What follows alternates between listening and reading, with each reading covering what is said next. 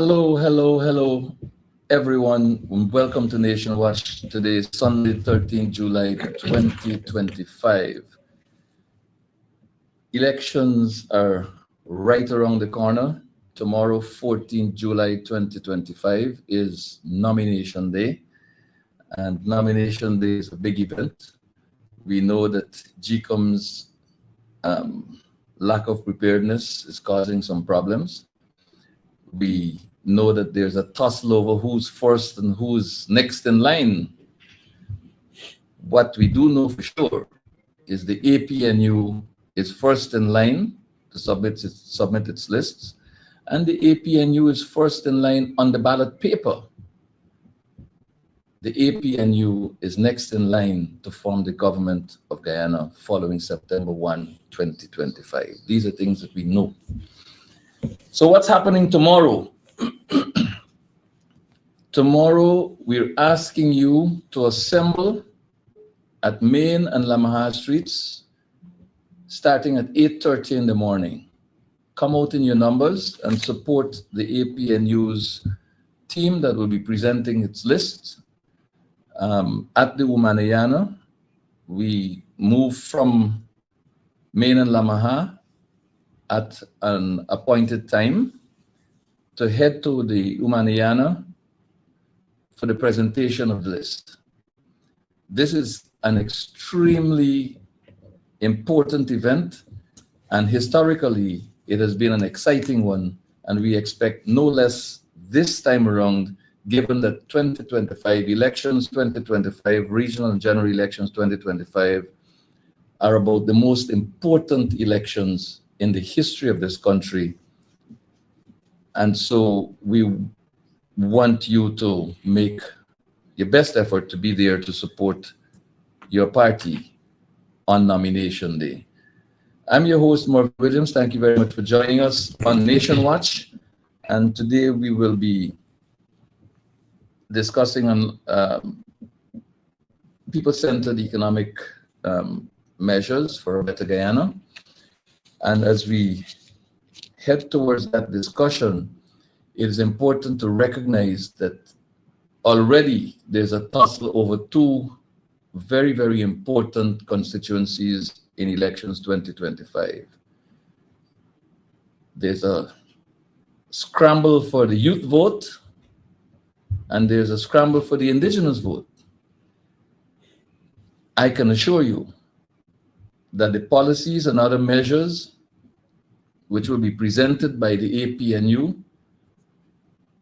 particularly as it relates to these two constituencies, will be, when you examine them, the best set of policies, the best set of measures to enhance the quality of life of young people and indigenous people in particular, and Guyanese in general. So we invite you to stay close to us and to listen to the messages that we will bring to you over time, particularly as it relates to those very, very important constituencies. And there is another equally important constituency, and that's the public service, which will form the meat of our discussion today with economist, accountant, and educator, Mr. Rawle Lucas. Welcome, Mr. Lucas, to Nation Watch. It's a pleasure to have you, as always. Thank you very much, Marvin, for having me. And it is certainly my pleasure to be able to speak to your audience today. Thank you. Nomination Day. That important, that very, very important event in the cycle of election comes every 5 years, well, normally, and it is an extremely important event in the life of our country. How do you see, there's this, how should I say it? There's a large number of political contestants in this race. Some are very new. two have been around for 70 years. And we are heading to these elections. There are crises in GCOM, in the cost of living, in the cost of dying, in the cost that we must pay based on a corrupt administration, an inept administration when it comes to managing our economy. What are your general thoughts on elections 2025? Well, I think tomorrow, nomination day, represents for the movement towards the eventual decision by the people of Guyana on September 1 with respect to whom they want to lead the country. But that choice, that decision that will be made, at least in my view, has a background and a context to it. And to a certain degree, it will make us realize what kind of country people want as a result of these elections. You see, when you assess the risks associated with these elections, it's not only about the quality of life of Guyanese, but it is related, in my view, to a more extreme risk. And that is about the value system of the country. What kind of country do we really want? When you reflect on what has happened in this country over the last 5 years, and of course, the previous 23 years of the People's Progressive Party government, you see that this society has frayed to a degree where the current institutions of government are unable to function properly. They're unable to serve the people of this country. And at the center of this failure, as you alluded to in your opening remarks, is the issue of corruption. So instead of moving in the direction of good governance, what we have seen, and it has been, in my view, most egregious in the last 5 years, we have seen key institutions of the public service being systematically destroyed by the PPP. The Guyana Police Force is totally compromised. The Public Accounts Committee of Parliament was neutered. The behavior of the Ethnic Relations Commission causes people to view it as biased. And the Public Procurement Commission, just to mention a few, does not seem to remember that it has a job to do. That is the background and part of the context in which people will be going to the polls on September 1. And at this stage, starting with nomination day tomorrow, would perhaps be reflecting the hope that the outcome of those elections would be one that really and truly takes Guyana in a direction that is far removed from the quality of service which the Guyanese public has been receiving. To me, I think I must dwell on this particular point. At least to me, corruption appears to be promoted as a badge of honor in this society, and the way in which you see some people lauding the PPP, people who ought to know better. And even the We Invest in Nationhood Party, the degree to which the people in those two institutions are being embraced, gives you the impression that corruption perhaps has now become the fulcrum around which national development, not only national development, is to take place, but also personal development. So people don't seem to appreciate the implications of the country moving in that direction for the future of this country. And I think it is something which we need to recognize, that the PPP has tried over the last 5 years in particular to build into the governance and production structure of this country. Corruption has almost become endemic, a part of the equation as you try to calculate how much goods to produce, how much money to spend, and that sort of thing. That's the kind of problem we have experienced, And I say this because fraud and waste are things that seem to characterize the PPP government. And what is even more alarming, in my view, is that persons who epitomize fraudulent conduct, robbing our treasury, actually want to be president and control the entire treasury. The Ali and Jagdeo administration, in my view, exhibit a high tolerance for corruption. Fraud and allegations of corruption are treated as matters of insignificance.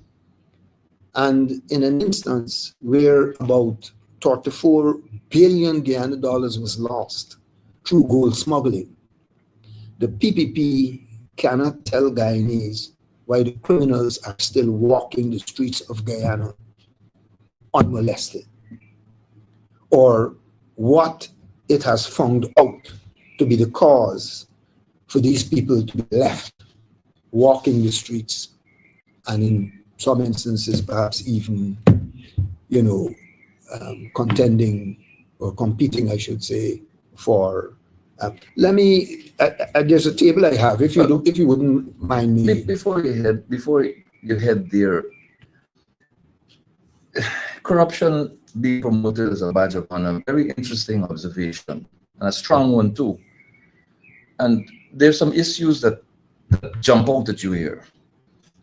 One is that people who have spent the last 5 years purportedly representing the Guyanese people who voted for the opposition, criticizing, condemning the People's Progressive Party for their acts of corruption and the denial of citizens of the right of enjoyment of the true benefits from the resources of state, have now embraced, some of them have embraced the People's Progressive Party, which suggests that they either converted very quickly to a place of admiration for corruption, or they were in fact cultivated over that 5 years and remain silent about it.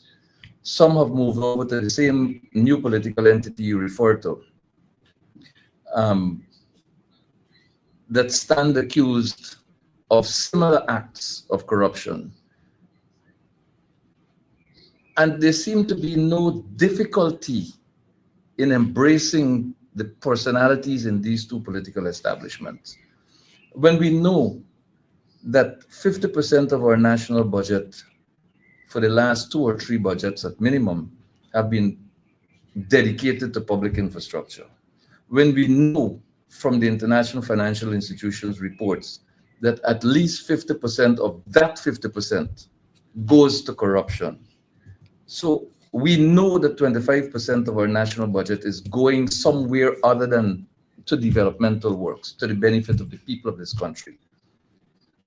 And yet, the People's Progressive Party and their newly joined entity, which many believe is a part of the PPP's operation anyway, is, people are accepting this. What is your message to Guyanese voters on the question of corruption as a cancer in our society that needs urgent removal? I think it would be good for me to refer to that table, which we will now use in, I suppose, in trying to. I think that table, the information in that table, Yeah. would give people a sense of the risks that they face in these elections, and perhaps an understanding or perhaps an indication of why people might be behaving the way in which you suggested they might be behaving. In the table that we have there, we notice that Guyana lost about 170 million US dollars in revenue as a consequence of unreported gold exports by the time we got to 2023, from 2020 to 2023. And the source of the statistics we're using here is government reporting, state agencies' numbers. They're a combination of international reports and the Bank of Guyana information. Just to make that point so you understand, we didn't manufacture these numbers. Right. And so what you see, to give emphasis to the point that you were making, because this is obvious, this is not hidden data. This is known public information. And what you see there, what is the value of the consequences, I should say, the behavior? Because the money that was lost there, that loss was aided by public servants. Some public servants had to allow that much money to go unreported. And the implications we are showing there is that the money that was lost in 2020 through 2023, there's an indication of how much each public servant could have gotten additional in each of those years. And after 4 years, if that money was paid into the public treasury, public servants could have collected over $500,000 more in their income over that 4-year period. So what you're seeing there is 1 or 2 public servants might have benefited from those illicit transactions. And those are generally politically appointed persons to the public service. Right. And whereas if, the public service was being managed and operated properly, all public sector workers could have gotten over $500,000 additional over that 4-year period. And if that wasn't the way the government wanted to spend the money, then you can see how many housing units that families could have gotten but couldn't get simply because that money was stolen. And you can see after 4 years, the government could have built over 2,900 housing units, costing somewhere between $12 and $13 million each. So nearly 3,000 families had to go without housing simply because of that behavior. And so the point I'm making here is that this is only a sample. This is only one example of the many examples of corruptions, because I'm sure many of you follow the page of people like Mervyn and so forth, who reports, profusely on the corrupt practices and behaviors and events that take place and in this country. I want to interrupt you, please, if I will. Now, this report, the reports that form the basis for this table,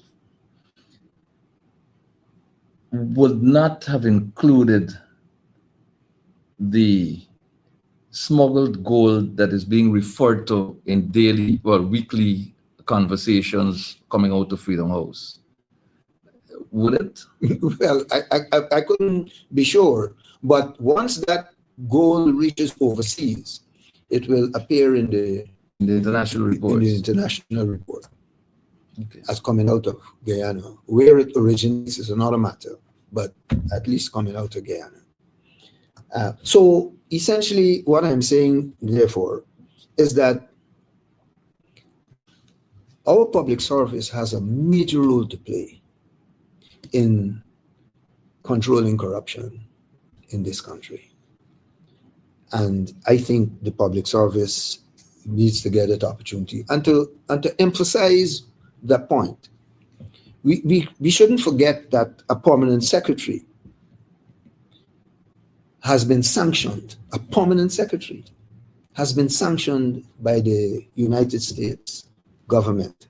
And it's quite interesting that a public servant, permanent secretary, was also an elected member of the Central Committee of the People's Progressive Party, erasing the line, as it were, from a political personality and a public servant as we know it. Right.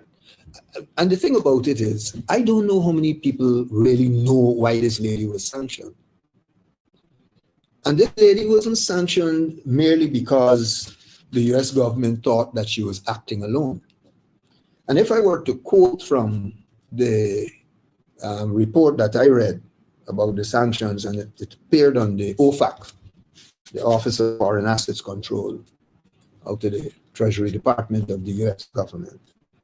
It says that, and I'm quoting here, this lady was acting for or on behalf of a current or former government official who's responsible for or complicit in or has directly or indirectly engaged in corruption. So this goes above her head. So this is not only she. Right. And it means that she's helping somebody else in government. And they believe that this is a very high government official. But it's interesting that the sanction will touch her, not the official. Well, I guess the one that is easiest to get you go after, what some people refer to as the low-hanging fruit. Yeah, because right? it is apparent here that whoever this person was or is a person secured in some very high executive office, it would appear. This is what it is implying here, that this person wasn't acting alone or in her own interest, but she was also acting, most likely, according to what I'm reading, on behalf of some current or former government official, high-level government official. And Could very well be a form of very high level and current not so high level. So basically what they were saying is that she was acting on behalf of some powerful person in the government. Who? Sue? Well, I don't know. But the point I want to make is that whether acting on her own behalf or on behalf of someone else, her being sanctioned typifies the extent to which the public service has been tarnished. And, I can point to another example that gives an indication of the extent to which the integrity of the public service has been is being destroyed by this government, and I will say even persons who are associated with the We Invest in Nationhood party. If I could see, if I could pause here again, many voters are interested in a question you framed but walked away from, and I want to bring you back to it respectfully. Here is a classic case where we're talking corruption here, and we're talking aspiring president or presidents. The United States agencies have said that this family that was sanctioned, Mr. Mohammed Sr. and his son, who now aspires to be elected as president, smuggled gold to the extent of 10,000 kilograms over time. And the time we're talking about is the time of the People's Progressive Party in government. This time, this term, when the authorities made this disclosure, Bharat Jagdeo and Irfan Ali, former president and sitting president, who sits under the hand of the former president, they both said to this nation that there is nothing they can do about this particular matter until the United States authorities presents to them the evidence which they claim to have, so that no investigation could have been conducted locally. And this matter almost died a natural death, except for the leader of the People's National Congress raising it often, and some members of the media discussing it also. The number quoted was 50 million United States dollars. But Jagdeo and Ali were happy to say, we can't investigate, we have no information, unless we can do nothing. Then young Mohammed decided that Jagdeo and Ali didn't treat him well, and so he's going to contest against them for the presidency. All of a sudden, Jagdeo and Ali, the same two, are saying that this man robbed the national treasury, 50 million US dollars.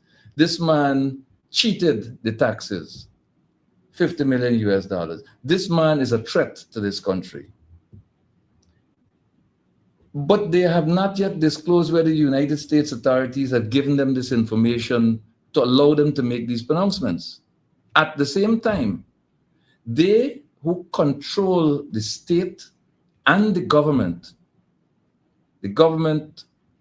of Guyana, have not proffered any charges against this man, but continue to openly accuse him of criminal activities.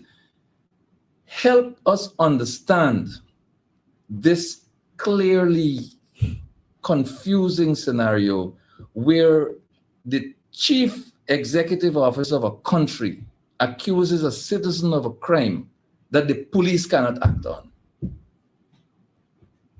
I think that's where the problem is. The problem is, and as far as I'm concerned, you are perhaps giving excuses. You're giving excuses to the government. If somebody makes an accusation and goes to the extent of sanctioning that person, because the sanction required you as a country and institutions that you, because of the institutions that you do business with, to act against these people. Are you telling me that for all this trouble, the behavior of these people would have caused this country, that it wasn't in the interest of the people of this nation for the government to investigate how this happened? That has not happened. And I'm saying it might very well have something to do with the government's own, awareness of how the events occurred. It may very well be in that case. And so the government doesn't want the people of this country to understand the extent to which, there was a dereliction of duty on its part. Or the level to which they may or may not have been complicit in what happened. Well, I can't go that far to say that, but at least do an investigation. Let the people of this country know why it is they cannot get as a public sector worker, $500,000 more in their bank account.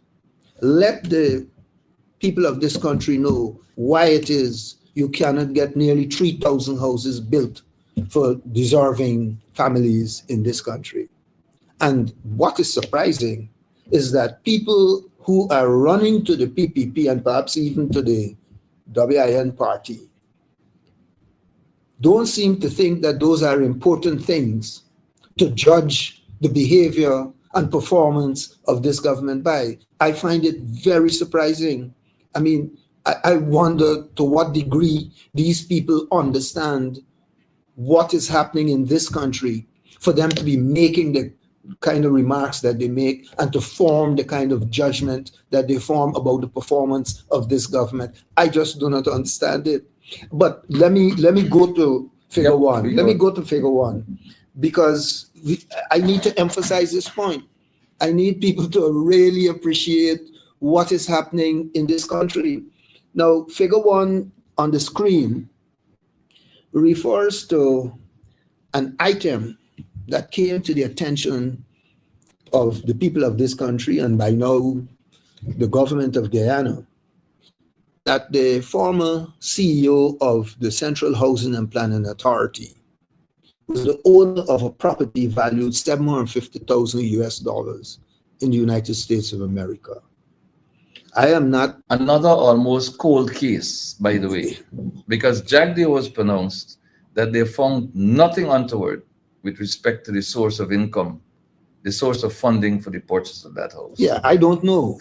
I don't know, but I'm saying it is rather strange that that person would resign if the person was convinced that the action that they took to acquire the house, was legitimate. I don't know. I'm admitting that. Yeah, but I'm saying to you, that is the impact. It's $157.5 million Guyana dollars you're talking about. If the government, if that money was available and was given to the three largest municipalities in Guyana, each one would have gotten $52.5 million. That is far more than the subvention that Jack Diosey was giving to them as a consequence of some change of heart he found sometime, earlier this year, I think it was. Community service is being hampered by this kind of behavior. That is why I am emphasizing the damage that corruption is doing to this country. And I really don't understand what it is that people are using to make their judgment about supporting this government in the upcoming elections. But the impact of the absence of $53 million in a municipality times 3 on the citizens who reside within the wards of those 3 municipalities is significant. Look, if the drains aren't clean, there's flooding, there's breeding of mosquitoes, there are health hazards, there are risks for children, and the list goes on. So when there's corruption and there's a removal of a significant sum of money, and it is only one case and one building, one house. Think about government officials who are reportedly owners of homes in Dubai, for example. There's one who has his parents living in the house in Pickering in Canada. I mean, this is the impact of corruption and what it's really having on our citizens. Yes. And think about the NDC. I mean, I've gone to the Essequibo Coast and I've seen NDCs with equipment in their compounds and the shoulders of the road maybe 10 inches higher than the surface of the road, and when it rains, all the water stays on the roadway. Is it lack of money, lack of will, or just don't care a damn for the people? Because corruption feeds their families. It could be, and when you look at, what has been happening, you have to believe that, there is some element of truth to what you are concluding. So what I find most disgusting is that there are people who are telling you, look past the corruption, look past the incompetence, And look at some and road just that is look being at some built. road Yeah. that is being built, even though the road breaks up Within 2 months. 3 months after. They're telling you, look at a bridge that is going across a river. That's the obligation of the government. Of course it is. They're not doing you a favor. They're not doing you a favor. That's the obligation of the government. And so, in my view, it is linked, I think, to the extent to which public servants understand the role that they should be playing, and I understand that, one of the things that the APNU coalition is saying is that we should not be looking past incompetence, we should not be looking past corruption, and we should not be embracing, the PPP for these things. I understand that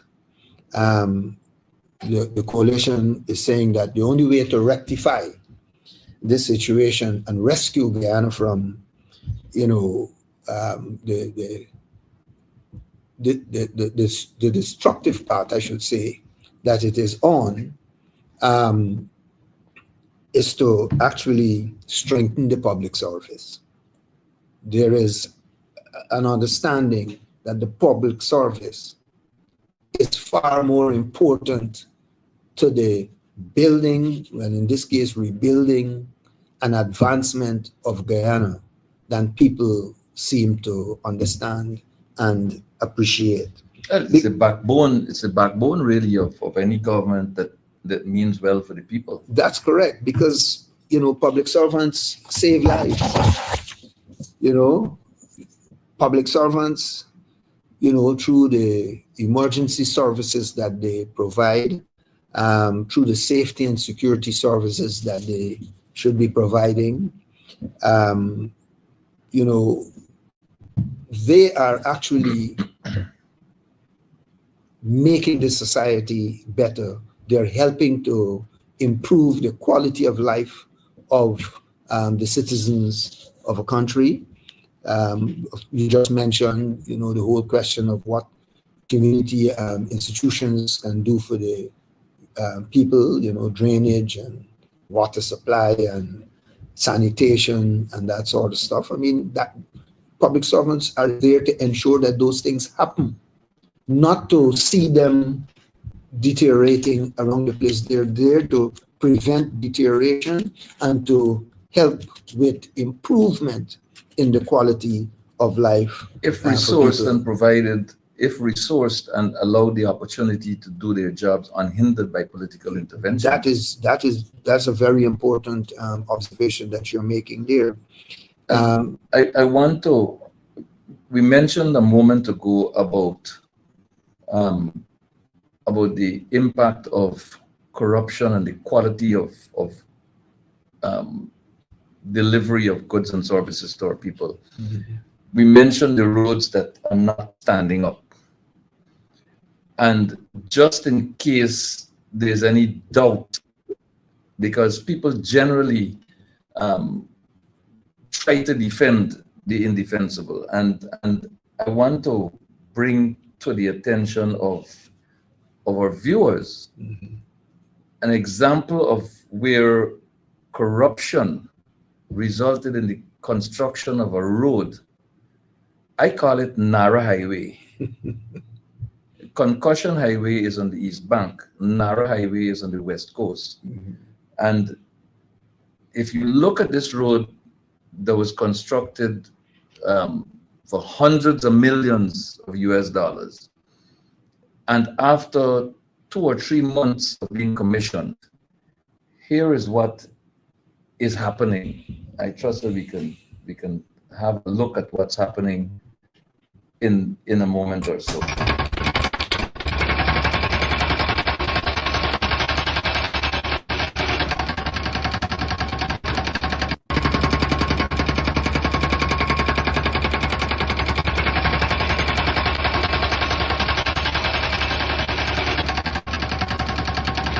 So this is the Schooner to Crane Highway, and they have to use this piece of equipment to break this concrete, which forms the surface of the road.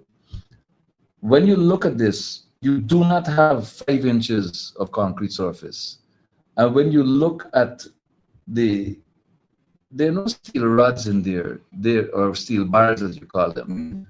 There are only BRC fabric rolls. And I don't know how long this is going to stand up. But the fact that they have to go in there and do that means that our money is being used to build defective infrastructure works. And at the end of it, we have to go back and fix it. Yeah. I'm sorry for the quality of the video there, but that's what this is. And when you look at the surface of the road, the experts will tell you that those grooves that you put on the road are supposed to come across the road so that the water is drained and tires can get traction. Right. They put them along the road, along the surface of the road, where they retain the water on the surface. And it's really ridiculous. And this is what they call Ali's road to prosperity. You know, maybe prosperity to an account somewhere else in the world. I don't know. But sorry for the. Well, I mean, transportation takes many forms, and and there are what they call multimodal transport methods. But coming back to the role that public servants really play in helping a country. One of the things they do is that they help with economic progress, because they help to drive an economy, by ensuring that there's a secure and stable environment in which businesses can operate. The ease at which they are supposed to make it easy for businesses to occur so that you can have greater productivity and therefore greater output of supplies, and hence contribute to either stable prices or even a lowering of prices where that is possible. So the public servant has a significant role to play in this society. But for some reason, this government doesn't seem to believe that that is the case. And the public service is abused, as far as I'm concerned, just to meet the needs of this government. And they need to, one of the things we need to keep in mind is that the public servant actually helps to create opportunities for future generations.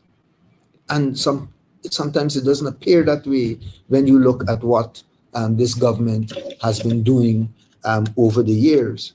So the whole question of good governance is something that seems to be lacking. And we need to understand that by working with public servants, you can actually preserve ethical standards, you can actually preserve transparency, and you can actually preserve accountability in the way in which government does its business. And maybe you can touch on some of the measures. I think I understand. Yes, I understand, and I think they're good measures. If we can if go we could get a or reference to figure 2. Yes, definitely. So the measures we're talking about are on screen. We're talking about salary increases. We're talking about increase in tax exemption threshold. The salary increase we discussed publicly had to do with salary increases of 35%. We talked about increasing a tax exemption threshold to $400,000 per month. We talked about increasing training opportunities. We talked about the 50-50 plan, which sees the identification of 50,000 young people to be enrolled in tertiary institutions, and for each of them to be receiving $50,000 per month to supplement their income as they enjoy the training opportunities available to them. And we are introducing now in the conversation some special duty-free privileges for all public servants and the financing programs, as well as value-added tax-free privileges in the public service circle. So the last three items on this list on screen are relatively new to the public conversation. Walk us through these benefits, these measures that we intend to put in place, please, Mr. Lucas.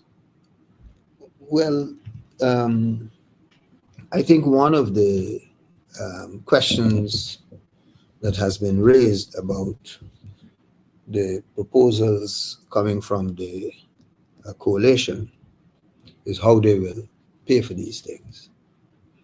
And I think the best way to address that matter is to really look at how the government currently funds its expenditures, or more aptly its outlays. So if I can see table 3, Yeah, it would help.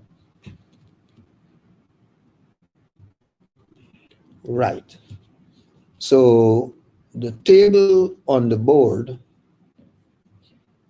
gives us an indication of how government has been funding expenditures in Guyana from 2015 to 2024. And what you can see is that in 2015, for example, the government expenditure was made up of about 80% of tax revenues and 10% or 11% of other non-tax revenues. And then it borrowed money. The balance came from some form of debt. And if you were to follow the progress over the years from 2015 to 2024, you will notice that the share of taxes has been coming down significantly, to the extent where it has fallen from 2020 to 2024 by about 31 percentage points. And this is the share of taxes as it No, relates the share to of spending that comes from taxation. Yeah. Just trying to get that clear, Yes. particularly for viewers. Yeah, that is what that is. And you will notice that in the later years, particularly from 2022, where money from the Natural Resource Fund became available, you can see that over the years, an increasing reliance has been placed on money from the Natural Resource Fund and even from the carbon credit revenues that were received. But that is not the only thing. You would also notice that the share of debt used to meet the expenditure of the government has increased from about 30% in 2020 to about 33% in 2024.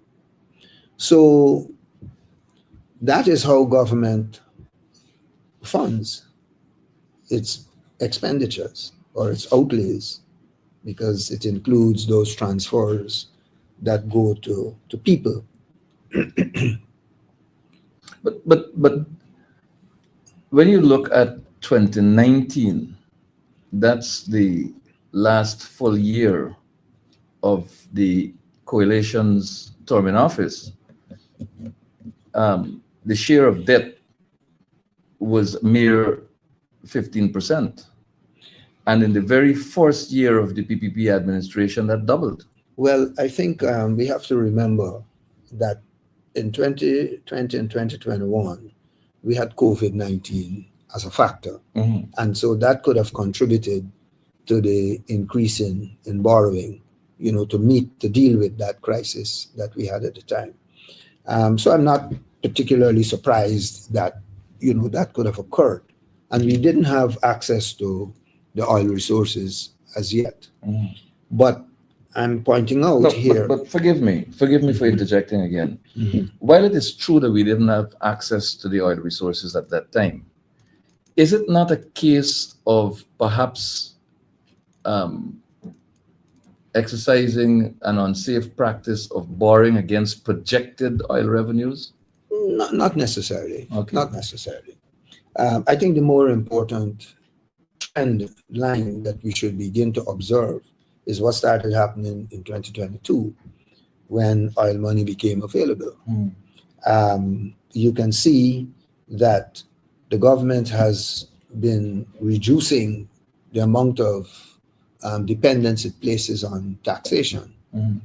And it is the same thing that I understand the APNU coalition is doing in the measures that it is proposing. It also, as I understand it, I mean, if you were to leave the share of debt where it is at 33%, you don't, under an APNU coalition, you do not, increase that share in your spending. Then the only other three places that you will get um, access to money would be in the natural resource fund, it would be in the carbon credits, and it would be in the non-tax revenues. And the non-tax revenues is a very important thing to talk about, because the non-tax revenues, in there you have, among other things, interest that the government would collect for loans and other um, monies that, or things that assets that it would make available. The dividends from public institutions, like Gaisuko and GPL and those institutions. And if you were to it's not reflected there, but if you were to look in the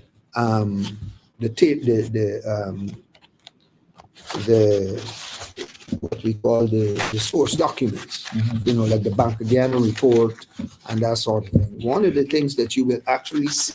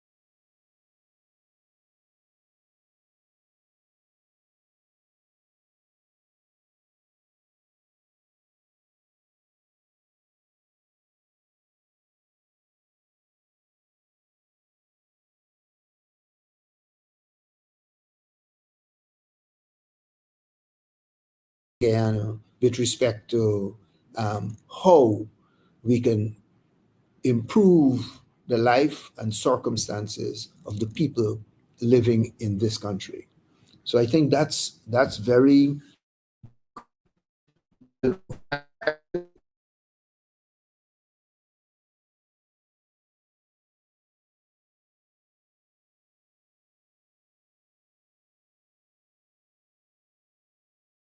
government, the People's Progressive Party, are saying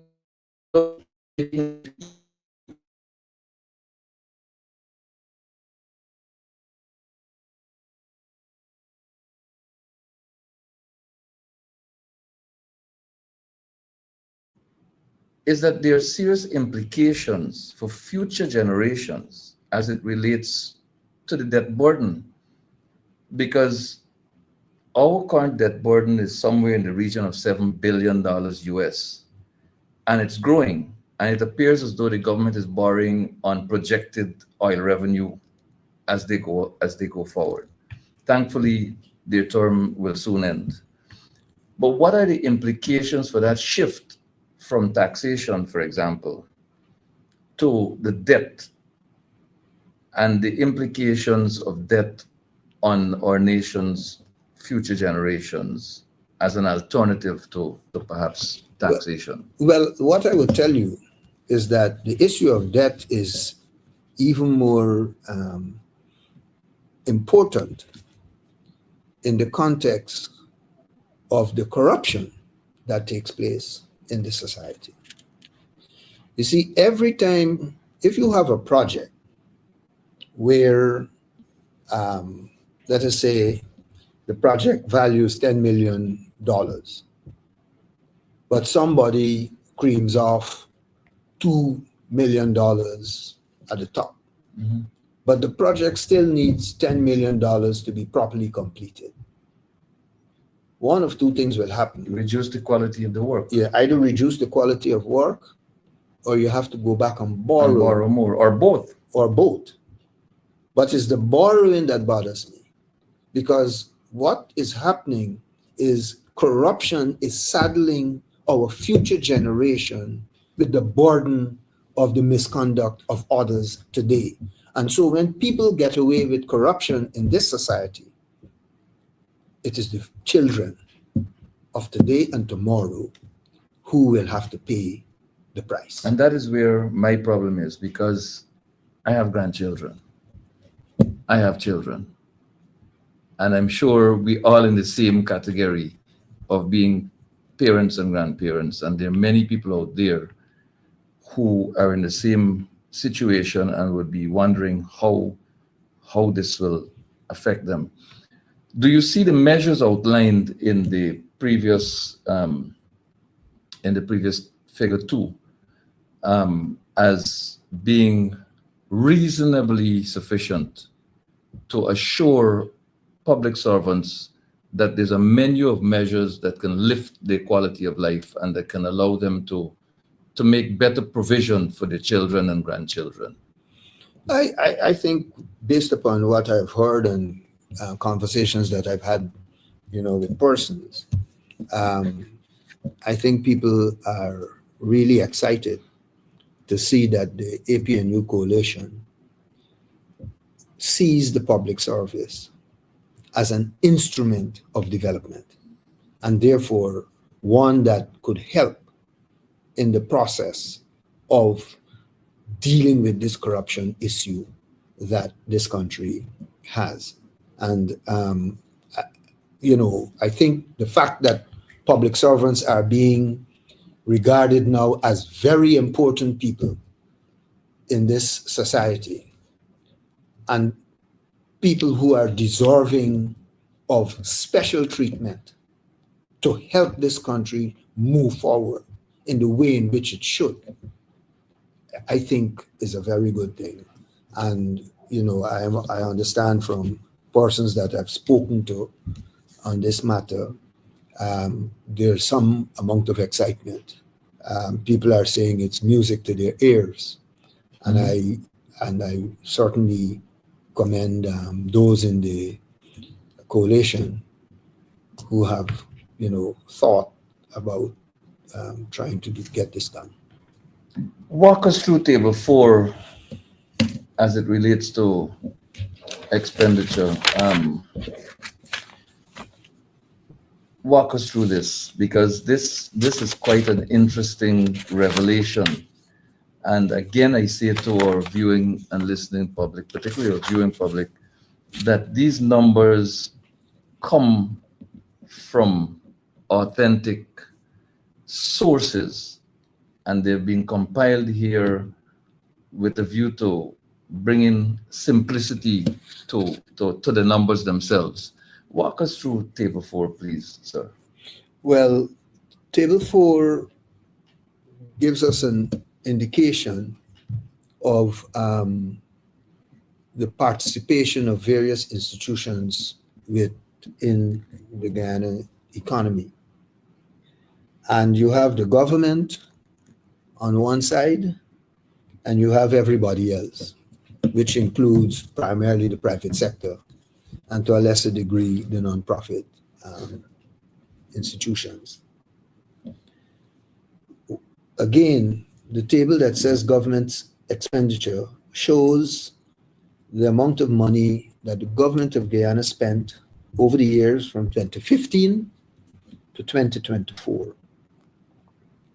And as you know, none of our institutions are really in oil production. So government is not in oil production, and most other entities in Guyana are not in oil production. They might be supporting the industry in different ways, but they are not producers of oil. And so the non-oil GDP comes exclusively from the institutions of Guyana, including foreign institutions that are working or producing in Guyana.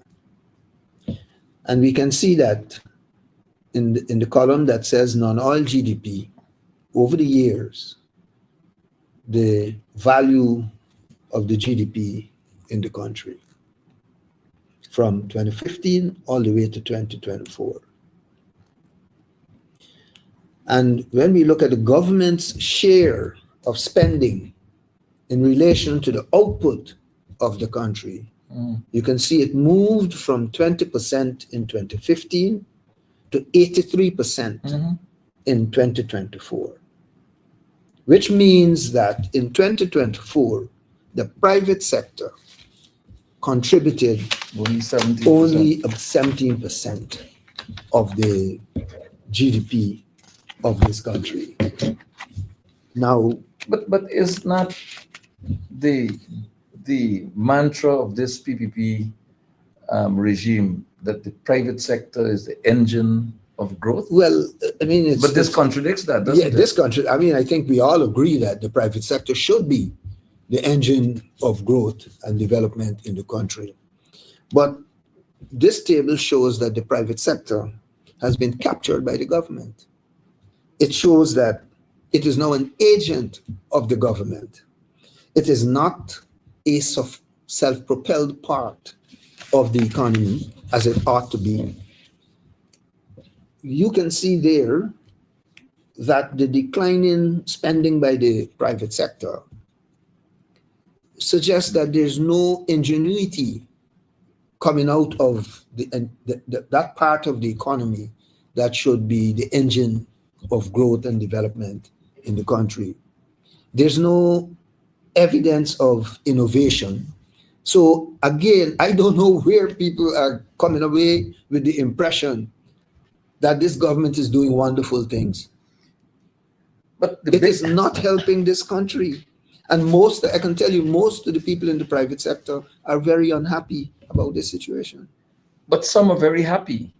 And that's maybe the 0.5%, because what's happening here is that it appears from looking at table 4 that you have a situation where there's corruption at a very, very high level.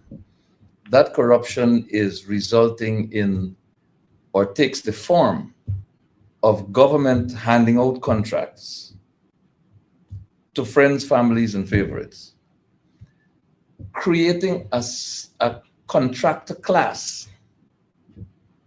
that does nothing but bids for projects, wins those bids, are awarded those contracts, and then pass them down to smaller folk who have absolutely no clue about what is required, makes it a situation where they are bound, duty bound, to rent equipment from the contractor class, to hire engineers from the contractor class, and to front contracts to give a semblance of diversity in these contract executions. But the end result really is that this subcontractor essentially works for a small monthly salary when you analyze the net income at the end of the project and divide it by the number of months that it takes to complete that project. In the meantime, the executive that team that crafts these corrupt actions, they get the first cut.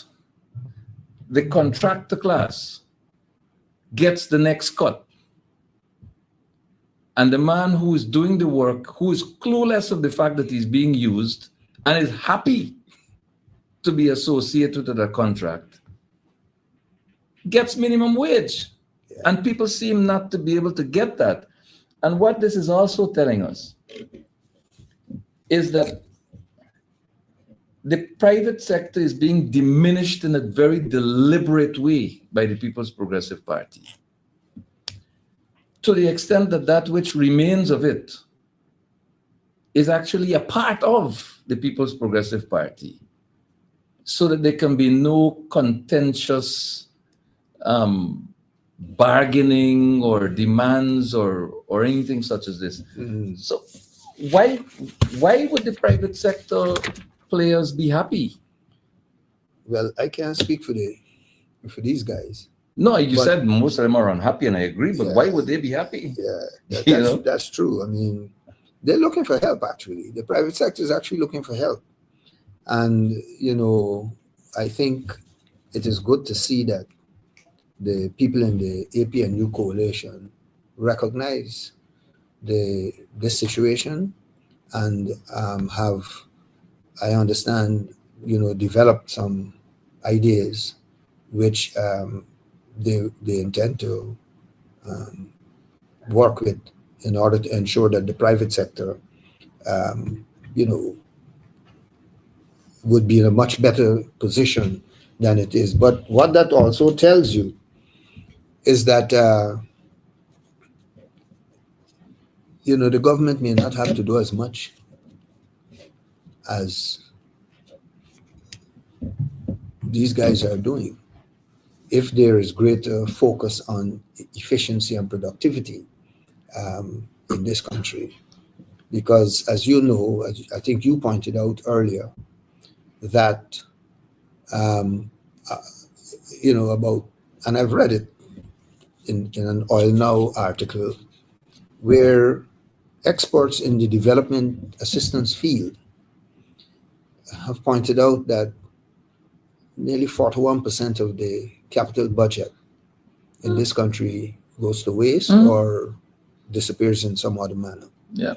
And we've been talking about corruption, and I think that is part of the problem as well. So what you actually are seeing is that if there's a greater emphasis on competition in this country, where companies genuinely, or businesses genuinely compete for contracts and any other services, prices ought to come down. The cost of living will come down. Let's go right there. We're coming down to program time, but let's go to the cost of living and the business of pricing. We're seeing reports all over the place about the incessant increase in the cost of food, basic food items. Many months ago, former Minister of Finance Winston Jordan was here on Nation Watch. And when the government was shouting to the roof that inflation was at 1.5% or 2%, Mr. Jordan made the point that food inflation was above 20%, had surpassed 20%, and was actually growing. And he presented it as a worrying situation for the working class in the country. With food import bills on the increase, with the cost of basic foods, locally produced basic foods on the increase, with salaries and wages, the annual ritualistic, except for this year, it came before Christmas. I suppose 1st of September may be considered Christmas in this year, but it came generally at Christmas. And it continues to be a case where salary increases have brought a very distant second to price increases, particularly of food items. Talk us through this business of the cost of living, the escalation of food prices, the increase in the national food import bills, and so on, and so that our voters can get a sense of how, in fact, the suffering is being brought to their kitchen tables. Well, as you know, there are many products out there, food products, in the different categories, whether it's vegetables or meats or fruits and that sort of stuff. What I would say is this: from the samples that I have looked at, taken from the Marketing Corporation's website for retail and wholesale prices, but the one that matters to us is really the retail price. And if you were to take, for example, the sample that includes things like okra and cabbage and bora and belange and pumpkin and corral and callaloo and that sort of stuff, from what I looked at, from 2019 to 2024, end of last year, prices increased by nearly 106%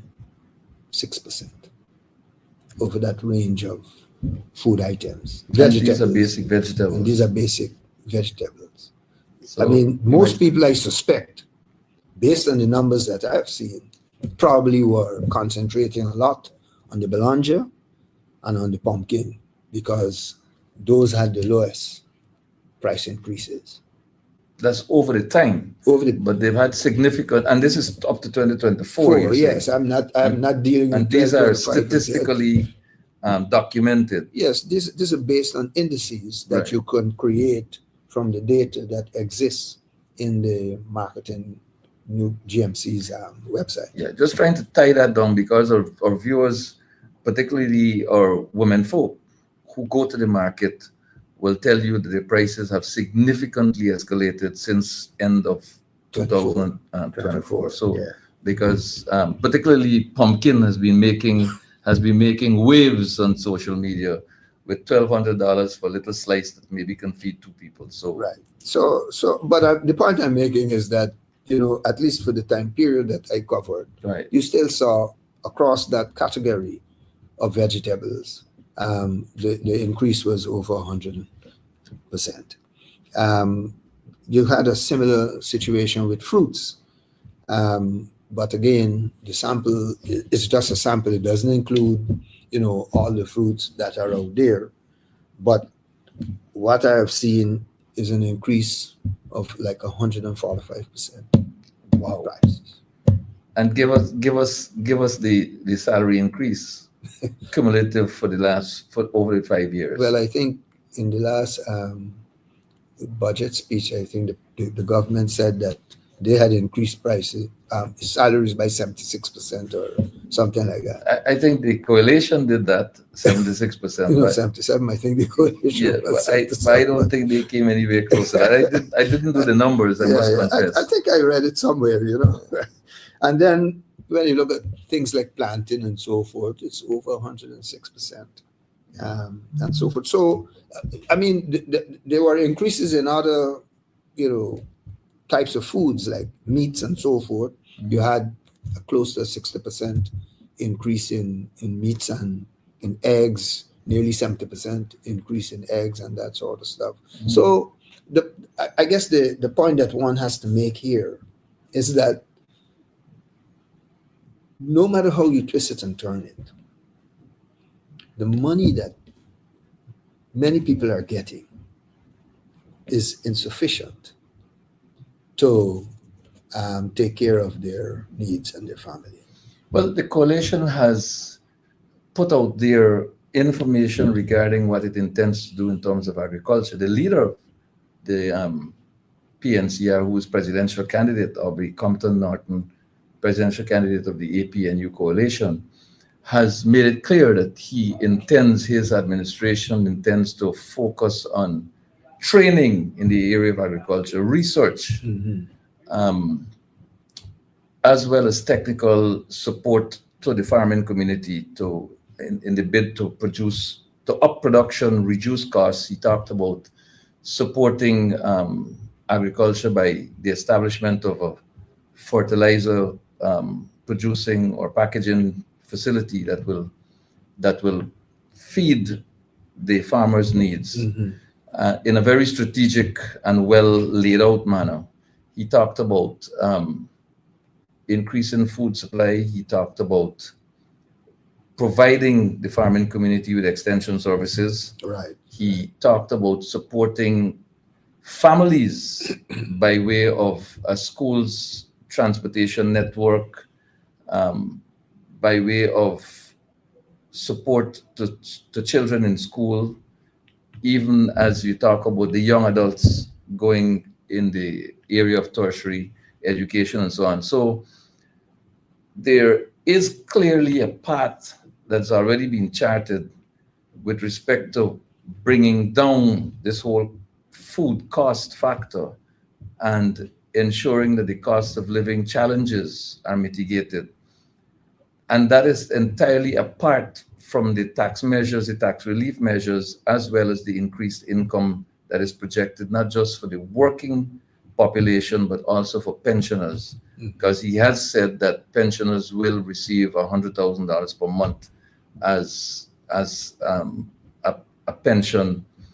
I believe that is specific to the first year in government, and that is subject to growth as well in ensuing years. So there seemed to be a very clearly thought out program to support agriculture, to reduce cost of living, to improve the quality of life of citizens of this country, as presented by the APNU coalition.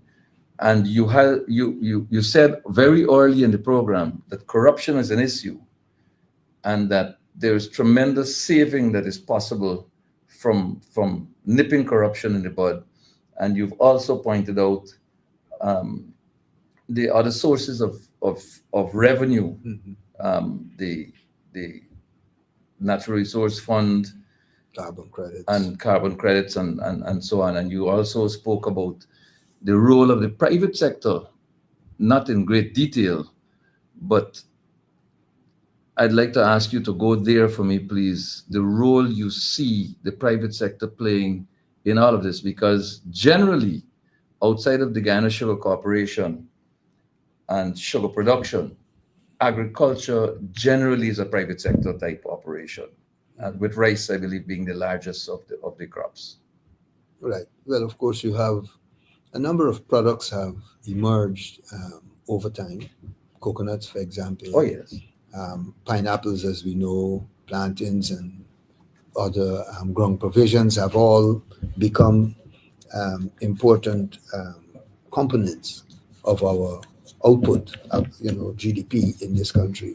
Other crops, in fact, up until oil came into being was the leading industry in this country. And that top goal, I believe. Yes, it was the leading industry in terms of GDP output. Gold had a special role because of the export value that it brings with it. But,